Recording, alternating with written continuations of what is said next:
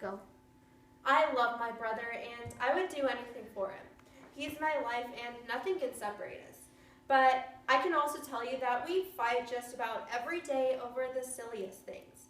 My brother can get really mean, and I'll admit I can get pretty mean too.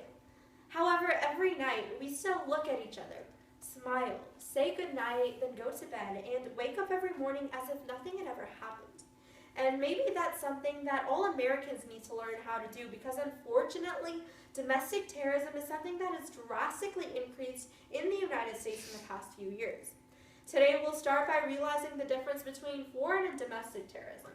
Then analyze domestic terrorism and maybe you can come up with a solution. So first we need to realize the difference between foreign and domestic terrorism. According to Merriam-Webster's dictionary, foreign terrorism is defined as terrorism coordinated and perpetuated by foreign persons or countries against the United States, incidents such as 9/11. However, domestic terrorism is terrorism practiced in your own country against your own people. Now, when it comes to foreign terrorism, there isn't much we can do. We can hold our heads high, stay a family, fight, and then we can win. But with domestic terrorism, we're harming ourselves, which is only detrimental for the United States itself. We need to be able to draw a parallel between our biological family and our American family. If we can't harm our parents, our brothers, and our sisters, then we morally should not be able to harm our American family as well. Now, we need to analyze domestic terrorism. Domestic terrorism is something that has been a part of our history for centuries.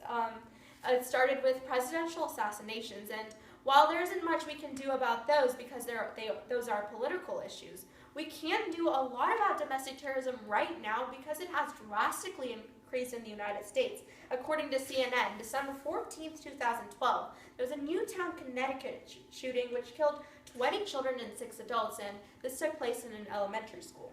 April 15th, 2013, in Boston, Massachusetts, it was a bombing in the Boston Marathon, killing 3 and injuring 183. And one of the biggest high school shootings that have gone down in our history is the Columbine shooting. Now, if you haven't noticed, a trend between all these shootings and bombings is that these were all done by high school and university students. In situations like the Columbine shooting, it was a high school student who had signs of depression, and something could have been done about this. If we increase awareness about domestic terrorism, then we might actually be able to solve the problem. And in May of 2013, Obama gave a speech in which he warned that domestic terrorism would increase in the modern age, quote unquote, stating, "This threat is not new, but technology and internet increases lethality," and this is according to the Washington Examiner. Now, what President Obama is saying is absolutely correct. Now, there are people who can create bombs without ever having to leave their home, all thanks to the internet and Google. But unfortunately, there isn't much we can do in that circumstance. However, as limited as our solutions may be, if we all participate in them, they will work. First, we can increase awareness, which is something that honestly we just have to do now because of how often domestic terrorism occurs.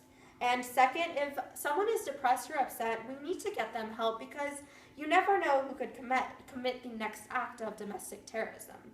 And finally, we need to take care of our own problems, and every night we need to be able to look at each other, smile, say goodnight, go to bed, and wake up every morning as if nothing had ever happened. We need to solve our problems every single day, and we need to make sure that we're always an American family.